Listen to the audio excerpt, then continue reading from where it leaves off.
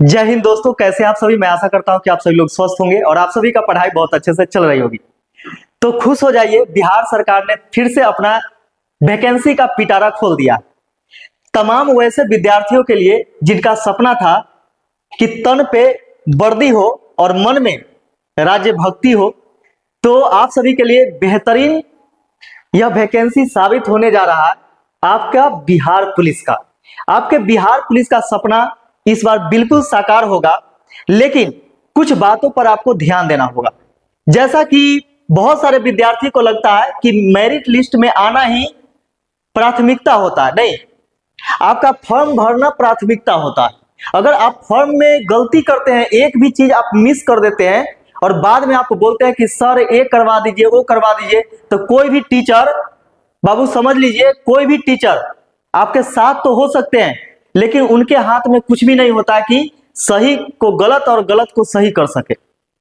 इसलिए 30 सेकेंड के वीडियो को मत देखिए, 30 मिनट के वीडियो को देखने का प्रयास कीजिए, क्योंकि 30 मिनट का वीडियो जो सिखलाएगा, जो ऑथेंटिक चीज, ऑथेंटिक जानकारी देगा, वह 30 सेकेंड के वीडियो में कभी मिलने वाला नहीं है। तो इसलिए हम बारीकी से इसमें आपको समझाने वाले हैं कि क्या इसमें करना चाहिए, क्या नहीं करना चाहिए, किन वजह से आप लोग एनसीएल ईडब्ल्यूएस के लिए परेशान हुए थे, एज के लिए परेशान हुए थे, यानी सभी तमाम चीजों को हम इसमें इन्वॉल्व करेंगे और अच्छे से एक्सप्लेन करेंगे और आपको यह बतलाएंगे कि आप एज कैसे निकाल सकते हैं। बहुत सारे विद्यार्थी, हमारे पास फोन आ रहा है कि सर एज हमसे नहीं निकल पा रहा, हमें पता ही नहीं चला, हम घबराए हुए हैं कि हमारा एज वाकई में कितना आ रहा है और कैसे हम निकालें। तो सब कुछ इसमें ऑथेंटिक जानकारी होगा। इसके बाद जुड़े रहिए, सब कुछ अभी बताना संभव नहीं है, तो जुड़े रहिए, स्टेप बाय स्टेप हम आपको बताते हैं। यह आपका विज्ञापन संख्या 1/2025 के तहत आपका केंद्रीय चयन परिषद सिपाही भर्ती यानी सीएसबीसी ने यह नोटिस जारी किया है। तो चलिए यहां पे हम लोग देखते हैं। देखिए, यहां से आप लोग का प्रक्रिया स्टार्ट होता है। प्रक्रिया क्या है कि बिहार पुलिस एवं बिहार विशेष सशस्त्र पुलिस में सिपाही के पदों पर नियुक्ति हेतु सूचना। यहां पे देखिएगा, ऑनलाइन आवेदन पत्र भरने की प्रक्रिया दिनांक, यानी प्रक्रिया प्रारंभ होने का जो दिनांक है वह 18 मार्च 2025 है। अर्थात 18 मार्च 2025 से आप लोग का फॉर्म भरने का प्रक्रिया शुरू हो जाएगी। अंतिम तिथि इसका जो है वह 18 अप्रैल 2025 है। तो इस पर विशेष ध्यान दीजिएगा। हाँ, घबराहट में आपको फॉर्म नहीं भरना है, पहले चीजों को समझिए, अच्छे तरीके से समझिए, इसके बाद फॉर्म भरिएगा। क्योंकि हम बार बार बोलते हैं कि आपका प्राथमिकता जो होता है, भर्ती का जो चयन प्रक्रिया होता है, वह प्रारंभ आपका फॉर्म फिलअप करने से ही होता है। अगर इसमें आप थोड़ा सा भी मिस्टेक करते हैं तो बाद में आपके लिए कोई खरा नहीं होगा। हाँ, अगर गलतियां सामूहिक रूप से है तो सब मिलकर के लड़ सकता है और सब मिलकर के न्याय ले सकता है, लेकिन आपका अगर पर्सनल गलती हो जाए तो इसमें कोई कुछ नहीं कर सकता है। वो टीचर हो, विभाग हो, सरकार हो, आप दौड़ते रह जाइएगा, चिल्लाते रह जाइएगा, रोते रह जाइएगा, लेकिन फिर भी कोई नहीं सुनने वाला है। क्योंकि आपका व्यक्तिगत अगर प्रॉब्लम है तो कोई कुछ इसमें नहीं कर सकता। इसलिए इसमें शुरू से अंतिम तक बने रहें और देखते रहें कि यहाँ पे क्या करना चाहिए, क्या नहीं करना चाहिए। तो आइए देखते हैं आगे क्या है कि रिक्ति, यानी कितना वैकेंसी खाली है, जितने वैकेंसी पर आप लोग का यानी फॉर्म फिलअप करना है। तो देखिएगा यहाँ पे कि बिहार पुलिस एवं बिहार विशेष सशस्त्र पुलिस एवं सिपाही के रिक्त पदों, वेतनमान लेवल 3 के अनुसार, हाँ लेवल यानी ग्रेड 3 के अनुसार इसका क्या होता है कि आपका 21,700 से स्टार्ट होता है और 69,100 पे समाप्त होता है। पदों की संख्या क्या है? 19,838 है, 19,838, जिसका आरक्षण कोटिवार विवरण निम्न प्रकार है। तो यहां पे आप देख सकते हैं कि जनरल के लिए यह पोस्ट है ना, महिलाओं के लिए पदों की संख्या इतना है, यानी कहने का मतलब यहाँ पे आपको आरक्षण कोटि कोड भी दिया गया है। तो ये सब चीज आप देख लीजिएगा। मेन बात पर हम लोग आते हैं, मेन टॉपिक पे आते हैं। जैसे देखिए, आप स्तंभ 5 एवं 6 की संख्या स्तंभ 4 में सम्मिलित है। तो 4 में यहां पे हम लोग देखेंगे। इससे पहले यहां पे देखिए कि लिखित परीक्षा के पूर्व अधियाची प्राधिकार से प्राप्त नई अधियाचना को भी शामिल किया जा सकता है तथा या अथवा संशोधन होने पर पदों की संख्या घट बढ़ सकती है। इससे पहले बतलाए थे कि पदों की संख्या संभावित होती है, पदों की संख्या घटती बढ़ती है, लेकिन घबराने की जरूरत नहीं है, हमेशा बढ़ता ही, तो कुछ बढ़ा करके ही आपको मिलेगा, ठीक है, तो परेशान नहीं होना। चलिए यहाँ पे यह आपका आवेदन का प्रक्रिया, यहाँ पे एक साइट दिया गया, लिंक दिया गया वेबसाइट, जिसके तहत आप क्या कर सकते हैं कि फॉर्म भर सकते हैं, ठीक है।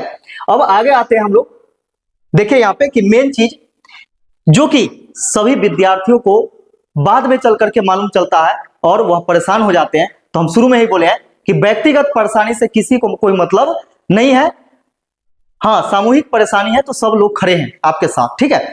लेकिन यहाँ पे देखिएगा कि आपका भी दायित्व बनता है कि नहीं, सही चीजों को समझे और समझते हुए हम क्या करें कि फॉर्म को फिलअप करें, ताकि एक भी चीज हमसे मिस्टेक ना हो। शुरू में ही बोले हैं कि आपका चयन का प्रक्रिया जो है फॉर्म भरने से ही स्टार्ट हो जाता है। अगर फॉर्म में ही आप गलती कर देते हैं, शुरुआत में ही आप किसी प्रकार का गलती करते हैं, तो अंतिम में आपको कोई नहीं बचा सकता, ठीक है।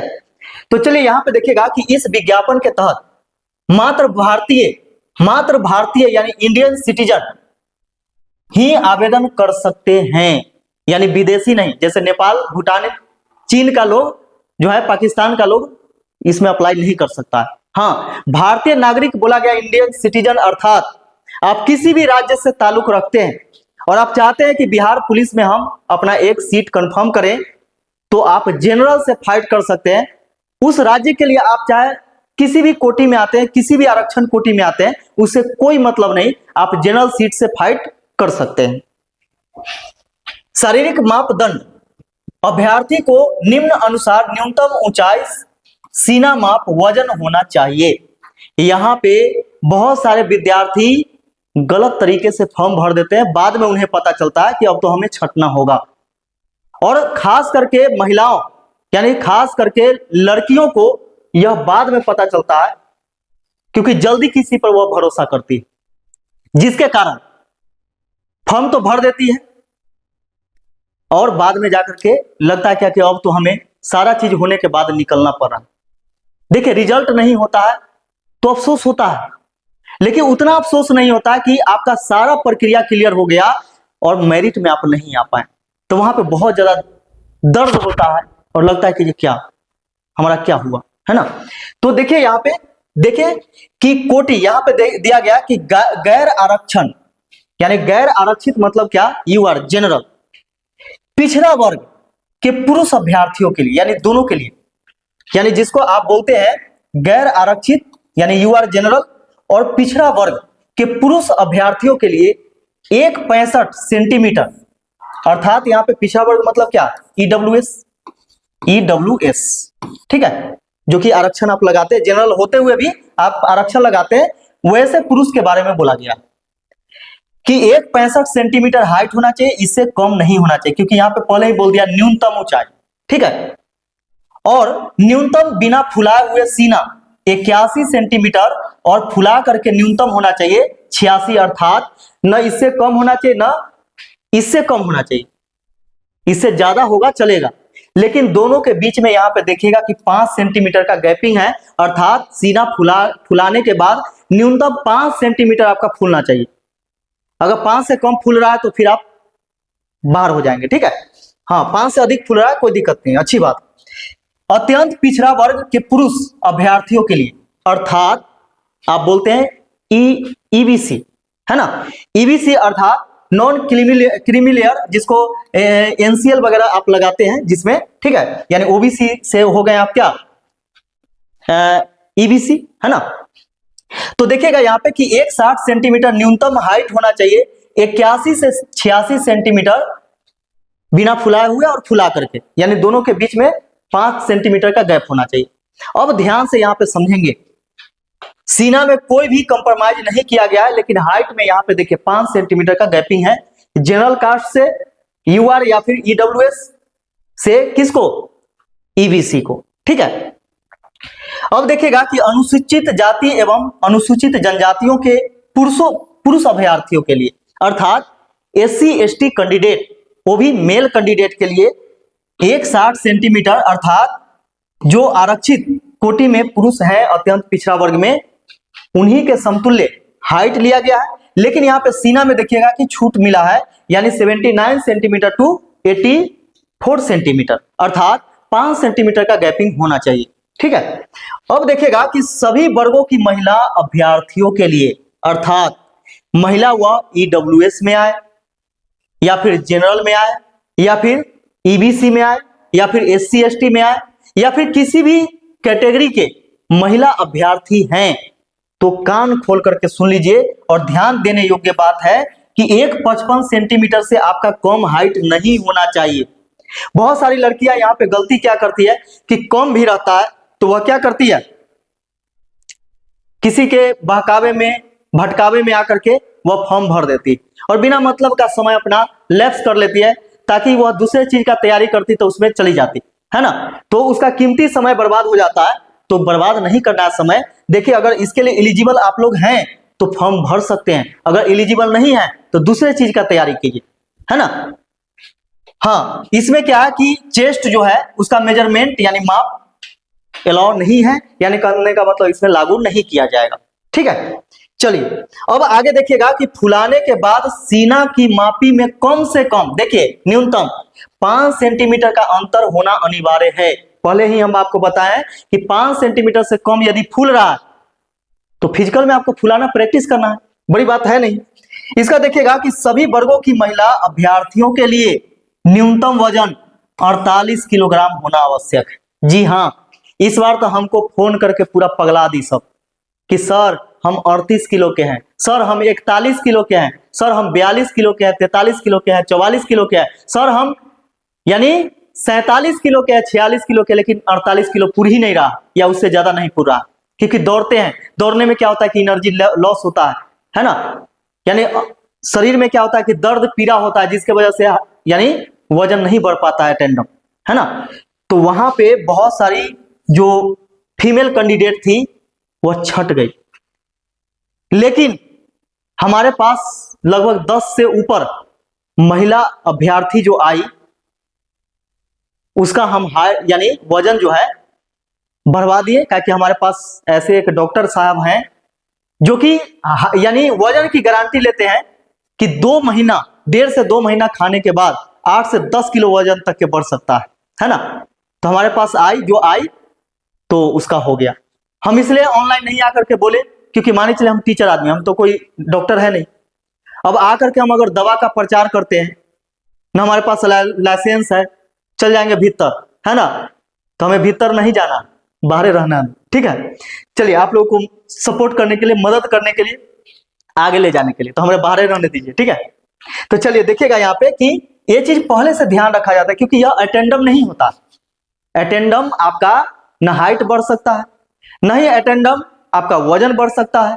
इसके लिए आपको यानी निरंतर प्रयास करना होगा और सही चीज का प्रयोग करना होगा। ठीक है, तो ये चीज ध्यान में रखिएगा, अगर वैसा होगा तो हमें याद कर लीजिएगा। ठीक है, चलिए आगे हम लोग बढ़ते हैं कि यहां देखिएगा कि नोट में दिया गया कि ट्रांसजेंडर अभ्यर्थियों के लिए शारीरिक मापदंड महिला अभ्यर्थियों के समान होंगे, अर्थात महिला कैंडिडेट के लिए जो वो चीज भी लागू किया जा रहा वही ट्रांसजेंडर अभ्यर्थियों के लिए भी लागू किया जाएगा। ठीक है, चलिए आगे हम लोग बढ़ते हैं। शैक्षणिक अर्हता सबसे बड़ा, यहां पे ये चीज ध्यान में रखिएगा कि शैक्षणिक अर्हता जो है, सिपाही के पद के लिए शैक्षणिक अर्हता इंटरमीडिएट यानी 10+2 उत्तीर्ण अथवा बिहार राज्य सरकार के मदरसा बोर्ड द्वारा निर्गत मौलवी प्रमाण पत्र।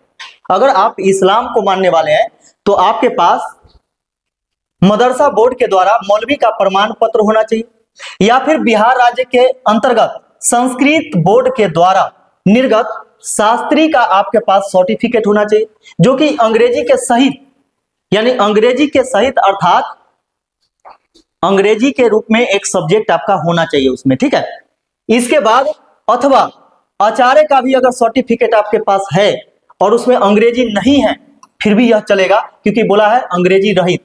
रहित मतलब क्या, नहीं होना चाहिए, सहित मतलब होना चाहिए। क्लियर। अब देखिएगा कि अथवा राज्य सरकार द्वारा मान्यता प्राप्त अन्य समकक्ष शैक्षणिक अर्हता होगी। तो यहाँ पे आप देख लिए कि इस्लाम के लिए मदरसा मौलवी बोर्ड यानी मौलवी प्रमाण पत्र होना चाहिए, है ना।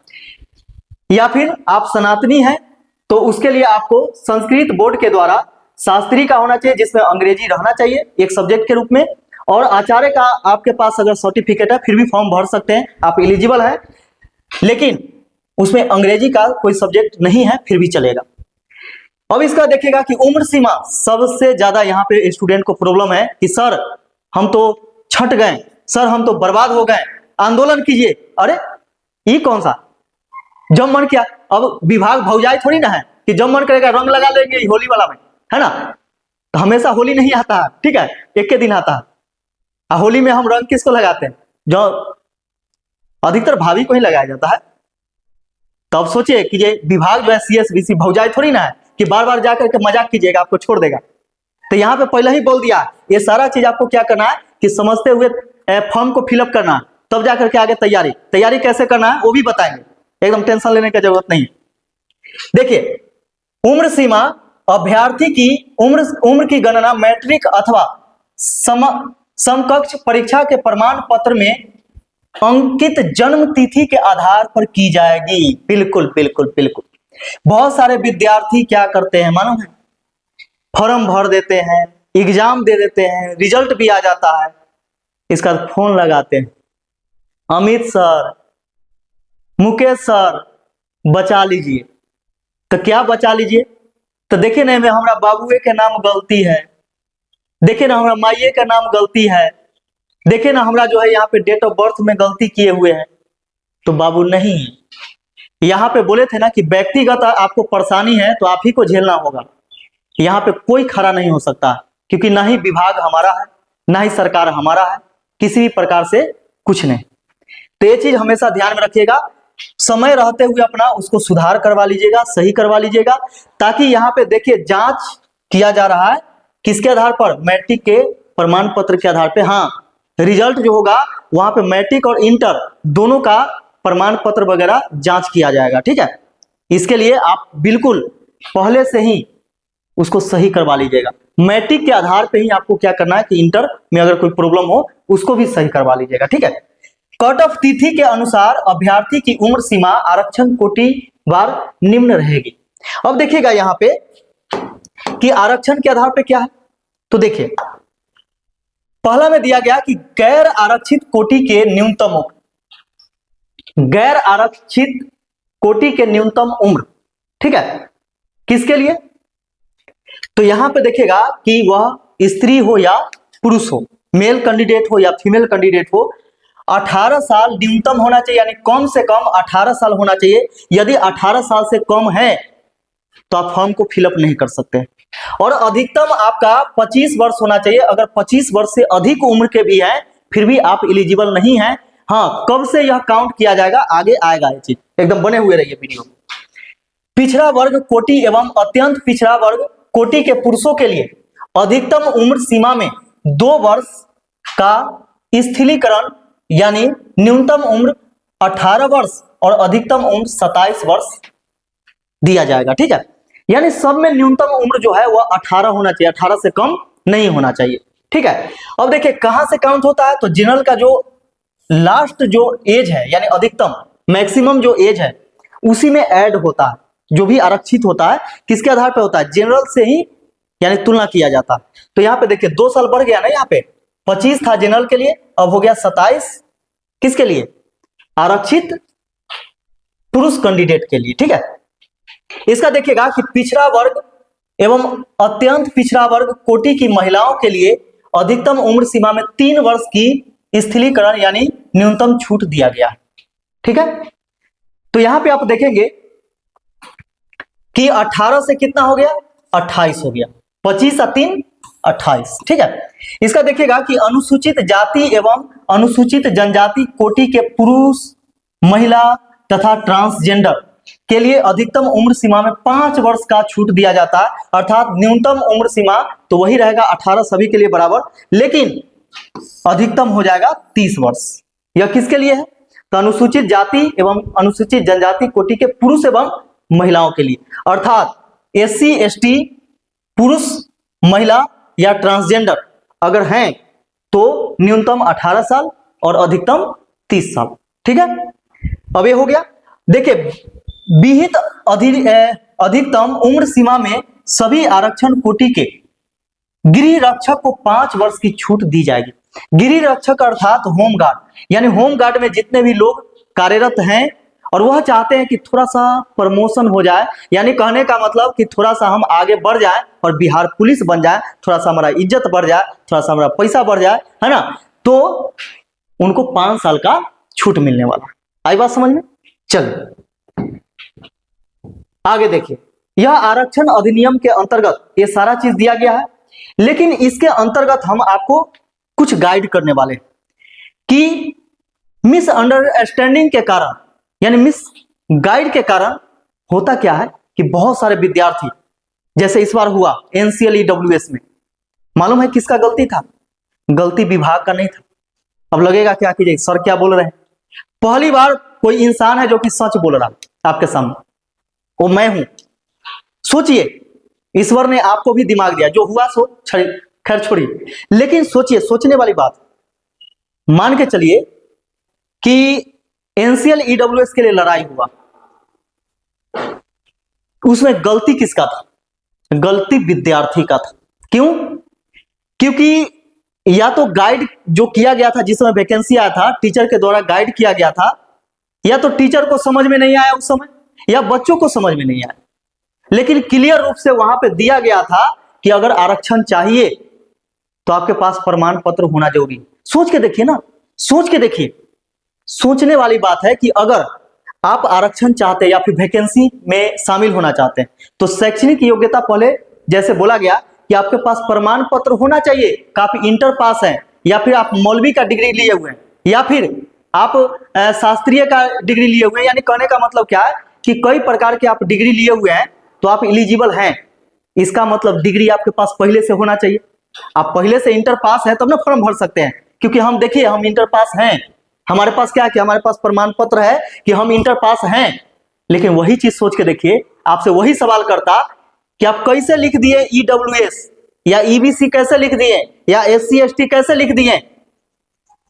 लिखिएगा आज, आप प्रमाण पत्र दीजिएगा 2 साल बाद, 6 महीना बाद, साल भर बाद, यह मान्य होगा? कभी मान्य नहीं होगा। सोचिए, सोचने वाली बात कि अगर हम ईबीसी में आते हैं, ईडब्ल्यूएस में आते हैं, एससी एसटी में आते हैं, तो क्या हमारे पास पहले से होना चाहिए ना? अगर नहीं होगा तो हम कैसे लिख दिए? किस आधार पर लिखे कि हम ईबीसी में है, ईडब्ल्यूएस में है, एससी एसटी में है? तो खेला यहां पे था। चलिए अच्छी बात है, सरकार का और विभाग का हाथ जोड़ करके बहुत बहुत धन्यवाद कि चलिए ये चीज हो गया। लेकिन हाँ, अभी से गलती कीजिएगा, हमेशा चाहिएगा कि होली वाला भौजाई के तरह कि जब मन करेगा जाके रंग लगा देंगे, तो नहीं, हमेशा नहीं होता है ना। हमेशा गंगा सीधा बहती है। कभी कभी लोग इधर उधर बांध करके क्या करता है, उल्टा बहा देता है, लेकिन गंगा हमेशा सीधा बहती है। चलिए, तो ये चीज ध्यान में रखिएगा कि अगर आप नहीं बनवाएं या फिर पहले से बनवा रखे हैं तो कुछ नहीं लगता, खर्च थोड़ी ना लगता है उसमें, बस थोड़ा सा मेहनत लगेगा, दौड़ धूप कीजिएगा, ऑथेंटिक चीज बनवाइएगा, किसी दलाल के साथ नहीं बनवाइएगा, क्या कि आपके पास समय है। और यह जो होना चाहिए, यानी भर्ती का लास्ट डेट, यानी जो आप फॉर्म भरेंगे, फॉर्म फिलअप करने के लास्ट डेट से पहले का होना चाहिए। इन्हें कि फॉर्म भर लेंगे बाद में बनवाएंगे, नहीं, फॉर्म भरने से पहले तक आपके पास वो मौजूद होना चाहिए। ठीक है, फॉर्म के जो आखिरी डेट है उससे पहले बन जाना चाहिए, अर्थात बनवा लीजिए अगर नहीं बना होगा तो। ठीक है, ताकि ये चीज हम पहले क्लियर कर दिए। और ये मेरा वीडियो जो है ये प्रमाण के तौर पे रहता है, क्योंकि हम हकीकत बोलने पर भरोसा करते हैं, और नहीं तो हजारों वीडियो हमको भी बनाने आता, ऐसा नहीं है कि नहीं आता।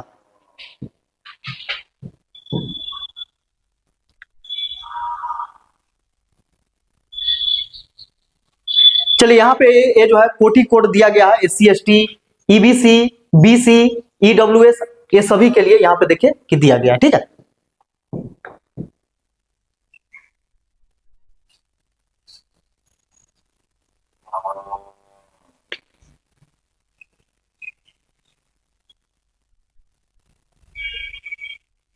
हाँ देखिए, जैसा कि आपको हम बोले है ना, और यहाँ पे मेंशन भी कर दिया, वो भी जानता है कि मेंशन ना करेंगे फिर लड़ेगा, है ना। भौजाइये तो समझ लिया। तो देखिएगा यहाँ पे कि सभी वांछित प्रमाण पत्र परीक्षा के लिए ऑनलाइन आवेदन भरने की अंतिम तिथि, यानी संशोधन किए जाने की तिथि के अंतिम निर्धारित तिथि तक का होना आवश्यक है। आवेदन भरने की अंतिम तिथि के पश्चात यानी उसके बाद निर्गत प्रमाण पत्र मान्य नहीं होगा। अब तो यहां क्लियर बोल दिया, है ना। अब इसके बाद लड़िएगा तो कूटेगा भर पेट, है ना, क्योंकि उसके पास सारा सिस्टम है। चयन के लिए परीक्षा संरचना। तो चलिए ये सब चीज आगे बढ़ते, मेन चीज आपको बता देते हैं। अब यहां से इस पर तो बहुत सारा वीडियो आएगा, लेकिन जो मेन है उस पर हम आते हैं। प्रथम चरण क्या होगा? लिखित परीक्षा।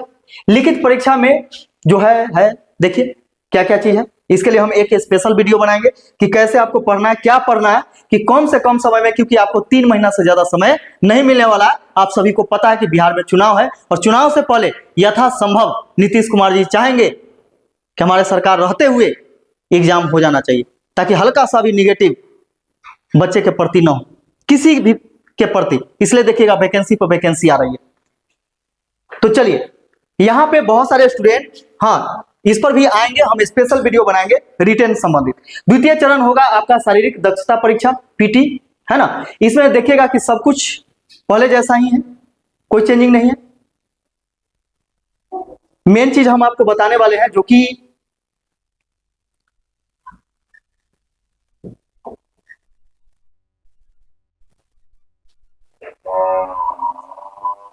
ग्यारह नंबर में है, मेन चीज आपके लिए, ठीक है। हाँ मेन चीज यहां पे देखिए, मेन चीज यहां पे कट ऑफ तिथियां। इस विज्ञापन के तहत अभ्यर्थी के लिए विभिन्न कट ऑफ तिथियां निम्न अनुसार रहेगी। उम्र सीमा के लिए ध्यान से समझिएगा, उम्र सीमा के लिए न्यूनतम उम्र सीमा, जैसा कि आप 18 साल देखे थे ना, कि 18 साल से कम नहीं होना चाहिए। इसमें देखिए कि एक बार फिर से हम नीतीश कुमार जी को और विभाग को, दोनों को फिर हाथ जोड़ करके नमन करते हैं कि इसमें बहुत सारे नए विद्यार्थी भी अब शामिल हो सकेंगे। होता था पहले क्या कि जैसे इंटर पास किया, उसका 18 साल पूरी ही नहीं रहा वैकेंसी तक, लेकिन 1/8/2025 से काउंट किया जा रहा है। तो यहाँ पे नए विद्यार्थियों को भी मौका मिलेगा, ताकि जिसका 18 साल एज पूर गया है वह फॉर्म भर सके। तो ऐसे में बहुत सारे विद्यार्थी को मौका मिलेगा। क्या आप नहीं चाहते हैं कि मौका मिले? पुराने विद्यार्थी तो कभी नहीं चाहेंगे, है ना। लेकिन सोचिए, नए को भी मौका मिलना चाहिए, मौका सभी को मिलना चाहिए, क्योंकि सरकार पर सभी का हक है ना। सरकारी वैकेंसी पर भी सभी का हक है ना। तो एक तरफा नहीं सोचना चाहिए। एक तरफा जो सोचता है स्वार्थी होता है, हाँ थोड़ा सा स्वार्थ होता है सरकारी नौकरी के प्रति। लेकिन हम एक शिक्षक है और हमारे नजर में सभी स्टूडेंट बराबर है ना। कहिएगा कि जो नयका के लिए तो सर बोल दिए, लेकिन पुरनका के लिए तो हार्ट अटैक वाला बात हो गया है ना। अब कैसे क्या करे नहीं करे समझे नहीं आ रहा। तो नहीं, यहां पे आप देखिएगा कि पुरनका के लिए क्या है, ये तो नया के लिए है कि 1/8/2025 तक आपका एज 18 साल हो जाना चाहिए। हाँ उसके बाद 18 साल हो रहा है तो फिर आप नहीं भर सकते हैं, उतना तक कि आपका 18 साल हो जाना चाहिए, ठीक है। अब देखिए यहाँ पे अधिकतम उम्र सीमा के लिए बिहार पुलिस एवं बिहार विशेष सशस्त्र पुलिस में सिपाही पद पर नियुक्ति के लिए पिछला विज्ञापन देखिए यहाँ पे मेंशन कर दिया। पिछला विज्ञापन 1/2023 में कट ऑफ तिथि क्या था? 1/8/2022 था ना। तो उसी के अनुसार यहां पे देखिएगा कि सामान्य प्रशासन विभाग बिहार सरकार तत्कालीन कार्मिक एवं प्रशासनिक सुधार विभाग का प्रमाण पत्र संख्या 3M 90/2005 कंडिका 212 पटना 15 दिनांक 12/1/2006 के आलोक में दिनांक 1/8/2023 रहे। अर्थात आपका जो जोड़ा जाएगा वह 1/8/2023 रहेगा, ठीक है। यानी कहने का मतलब यह नहीं है, यह जो है आपका 2025 जो है वह नए विद्यार्थी के लिए कि कम से कम यानी न्यूनतम जो है वह उतना तक 18 साल के हो जाना चाहिए। लेकिन आपका जो जोड़ा जाएगा यहां से आप काउंट कीजिएगा।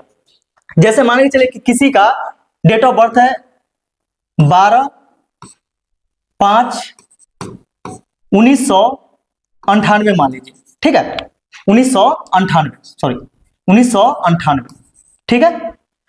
अब यदि आपको निकालना है कि हमारा एज पूरा है कि नहीं, यानी उधर 25 साल 27 साल इस समय हम आ रहे हैं कि नहीं आ रहे हैं, तो आपको क्या करना है कि इसमें से घटाना, यानी 1/8/2023 में से, ठीक है, इसमें से आपको माइनस करना। यदि आप उस कैटेगरी में आते हैं तो फिर कोई दिक्कत नहीं, यानी उसमें अगर आप आ रहे हैं यानी 25 साल में या 27 साल में या 28 साल में तो कोई दिक्कत नहीं है, आप फॉर्म भर सकते हैं निश्चिंत होकर के। हाँ, ये वाला मत देख लीजिएगा 2025 वाला, ठीक है, वो न्यूनतम के लिए, न्यूनतम यानी 18 साल पूरा जाना चाहिए, ठीक है। तो यहाँ पे यह कंफ्यूजन दूर हो गया होगा कि यहाँ पे आपका इस तिथि से आपको देखना, इस तिथि से, ठीक है। अब देखिएगा यहाँ पे शैक्षणिक अर्हता के लिए दिनांक 18/4/2025 आवेदन संपन्न की अंतिम तिथि है। जैसा कि आप देखें, जाति एवं निवास प्रमाण पत्र के लिए दिनांक 18/4/2025 आवेदन समर्पण की अंतिम तिथि है, अर्थात 18/4/2025 तक आपका जाति बन जाना चाहिए, यानी जाति निवास प्रमाण पत्र बन जाना चाहिए। अगर उसके बाद आप बनाते हैं, इस बार कोई नहीं रोकेगा, हड्डी चनका देगा विभाग, पहले से फूक फूक के कदम उठा रहा है।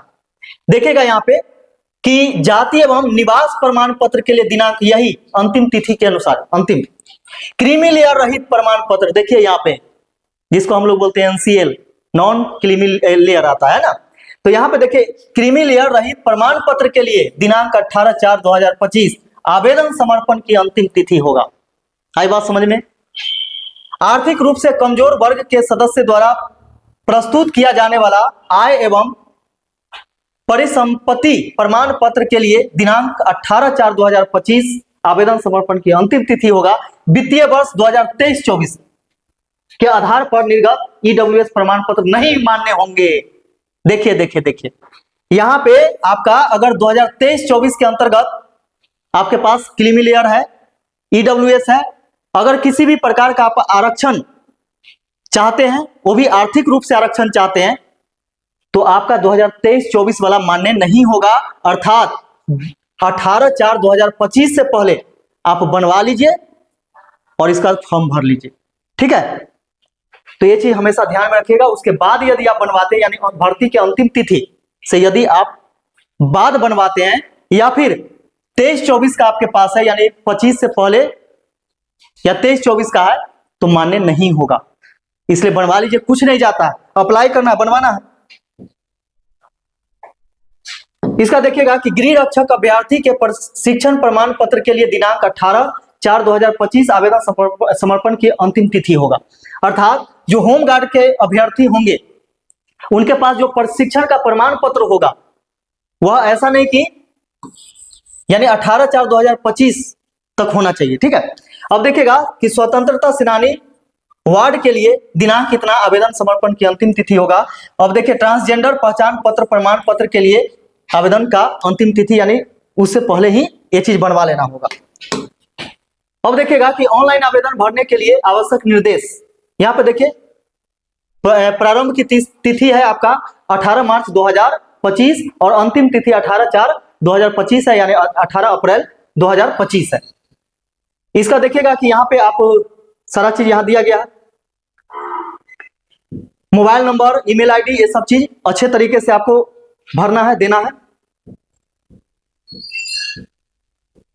ठीक है। थोड़ा सा भी आप मिस्टेक करेंगे, हाँ, अच्छे साइबर कैफे के पास जाइएगा जहां पे जानकार हो। ऐसा नहीं कि 100 रुपया 50 रुपया बचाने के चक्कर में अपने से भरने लगिएगा और गड़बड़ा लीजिएगा। तो वैसे लोगों के पास जाइएगा जो फॉर्म भरने में माहिर है, जो सब कुछ जानता है, ताकि आपको गाइड कर सके। भले ही माने चलिए लाइन में लगना पड़े, देर से फॉर्म भरा है, कोई दिक्कत नहीं है, लेकिन सब चीज एकदम सही तरीके से आपको भरना है। बाद में रोने गाने से, अब इस बार जो विभाग है एकदम सख्त कदम उठा चुका है। बाद में कोई टेप में बोलेगा तो सरकार भी लपटेगा, आपको विभाग भी लपटेगा और सबको लपटेगा, सब मास्टर ही छुड़ा देगा सबका, है ना। तो चलिए, यह वीडियो आप सभी को कैसा लगा कमेंट करके हमें जरूर बताइएगा, शेयर जरूर कीजिएगा, हाथ जोड़ करके निवेदन है, क्या कि यह वीडियो बनाने में बहुत ज्यादा मेहनत लगा है और हर एक चीज आपको ऑथेंटिक चीज बताया गया है। तो चलिए फिर मिलते हैं किसी अन्य वीडियो में, क्लास में, तब तक के लिए जय हिंद।